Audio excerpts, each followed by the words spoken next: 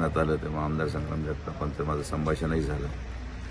काल संध्याकाळी जवळपास माझ्या मते दुपारी कथा संपल्यानंतर 3 ते 5 किंवा 6 वाजेपर्यंत माझ्या लोणी इथे निवासस्थानी दुपारी जेवले. आम्ही गप्पाही मारत होतो. मला असं वाटतं की अजूनही मला विश्वास बसत नाही की ही घटना घडलेली आहे. आमची मैत्री म्हणावं किंवा त्यांचं नेतृत्व आणि आमचा संबंध हे पूर्ण जिल्ह्याला माहिती आहे की विखे परिवार आणि कर्डिले परिवार हा या मागच्या कित्येक वर्षापासून आम्ही एकत्र राहिलो. प्रत्येक राजकारण, प्रत्येक निवडणूक आम्ही एकत्रित केली. माझ्या दृष्टिकोनातून अहिल्यानगरमध्ये एक राजकीय गुरु म्हणून मी त्यांना पाहत होतो. आता या सगळ्या प्रवासामध्ये प्रत्येक उतार चढावामध्ये आम्ही एक संघ राहिलो. या संकटातून आता हे कसं सगळं जी अस्थिरता झालेली आहे आणि अचानक जाण्याने जी काही आता प्रक्रिया आहे. आता मला क्रांतिवेदीला जायचं मला कळालं मी लगेच सकाळी मुंबईहून निघालो. मला असं वाटतं की एक फार मोठा धक्का हा भारतीय जनता पार्टी महायुतीला झालेला आहे आणि मी सन्माननीय कर्डिले साहेबांना आमच्या विखे परिवाराच्या वतीने भावपूर्ण श्रद्धांजली अर्पण करतो. आमदार साहेब देखील दुपारी संभाजीनगरला आहेत, ते दुपारून निघतील.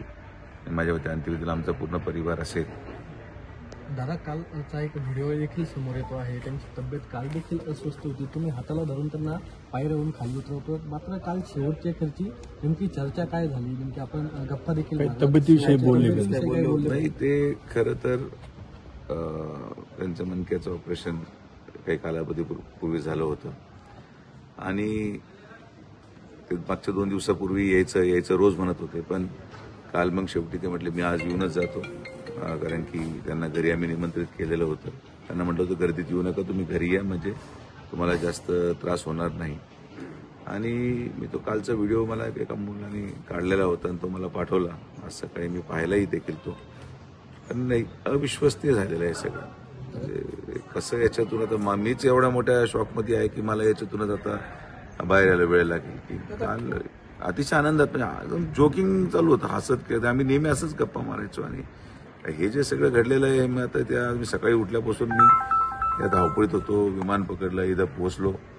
तर मला असं वाटतं की मी थोडंसं एकदम व्यवस्थित धक्क्यातून मला जो धक्का बसला त्याच्यातूनच बाहेर आल्यानंतर व्यवस्थित प्रतिक्रिया देऊ शकेल त्या विषयावर. दादा, एकूणच पाहिलं तर राजकीय प्रवासात कोणती अशी एक आठवण असेल की जी कायम तुमच्या स्मरणात राहील कर्डिले साहेबांची?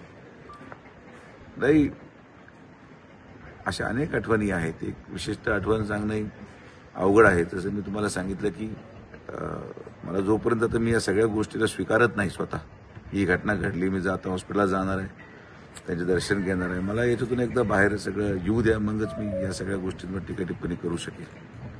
थँक्यू.